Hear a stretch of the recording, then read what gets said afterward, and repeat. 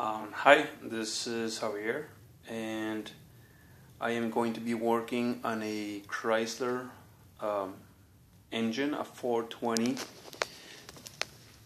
like you said, 420A Chrysler engine.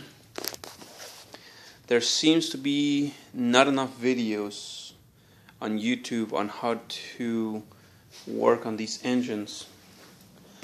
So I am making this video for my future reference and for anybody else out there that might need help working on this engine.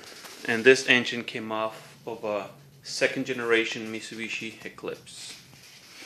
This one in particular is a 96, but from 95 to 99 they're basically the same thing. This type of engine, the Chrysler 420A, is an American-made engine.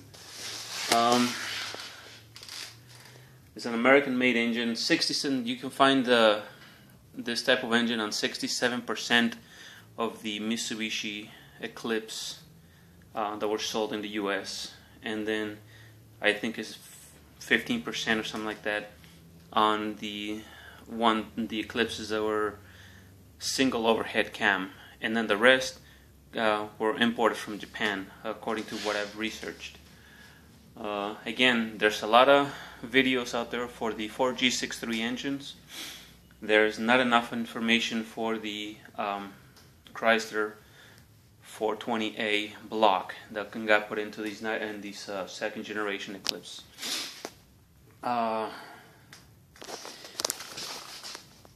This is basically the front side of the timing, and this particular timing cover you cannot buy anywhere. I've looked for it for years online. You can never find them, and when you go to a junkyard and try to buy theirs, they want to sell you the whole block. They never want to part out with these timing covers. When I started doing the work on these engines, I used to just destroy them, just throw them away. That is a very bad idea. At one of the Eclipses that I have, I rebuilt the engine and I did away with the whole timing cover, and I ended up getting a pebble on the freeway, on the highway, doing 65 miles an hour, and it destroyed my entire build a week after I had finished putting it back together.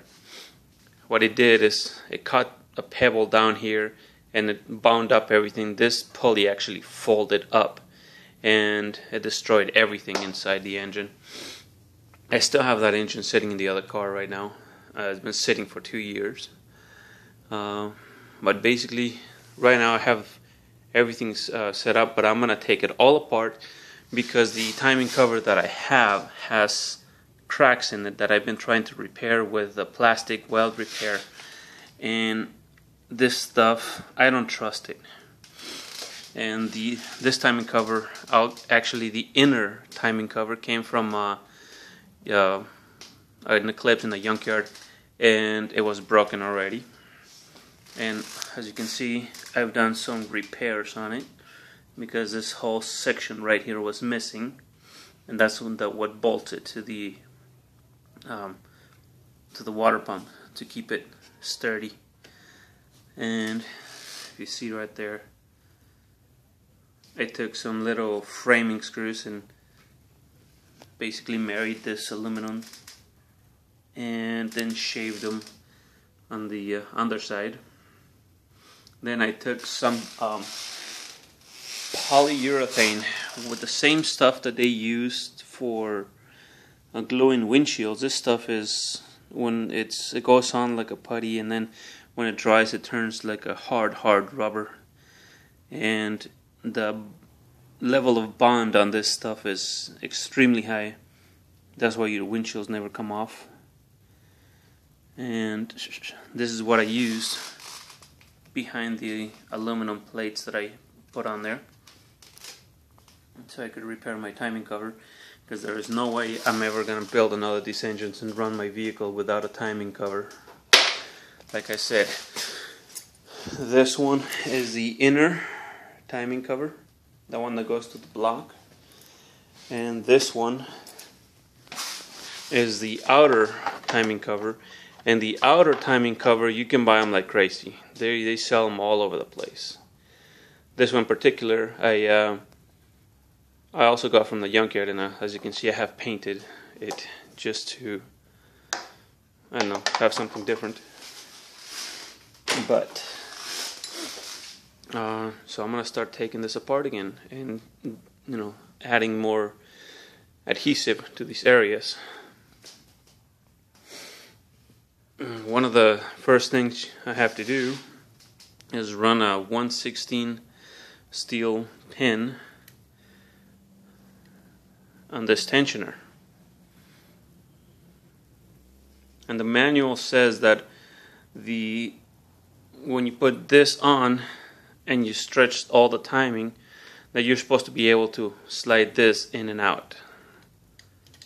And then that's when you have the right type of tension on it, which is, I believe, I remember reading it was 21 foot-pounds or something like that.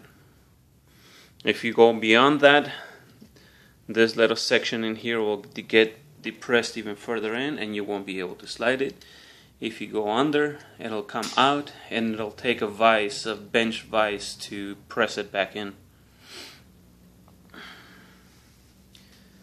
Okay.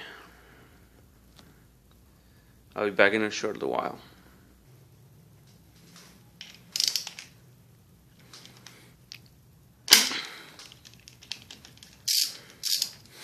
As you can see, as soon as you let that loose, this pulley drops and the timing marks no longer align up here, and this one's still good.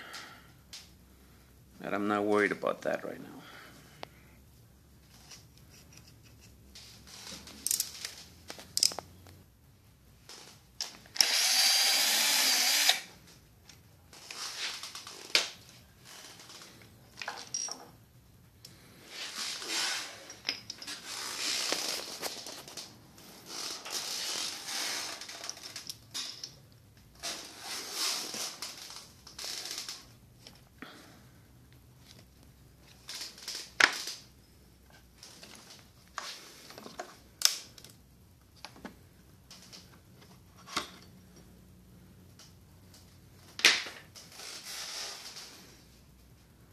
That's it.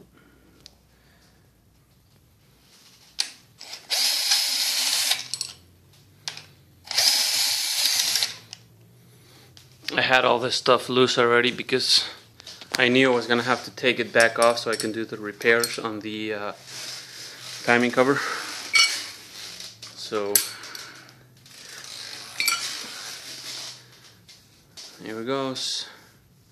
I also need to take this one right here so I can get behind all this stuff. And the clearance between that and the pulley and the cover is about 3/16. So I'll probably go about 1/8 above that with the polyurethane. There's also a crack right there.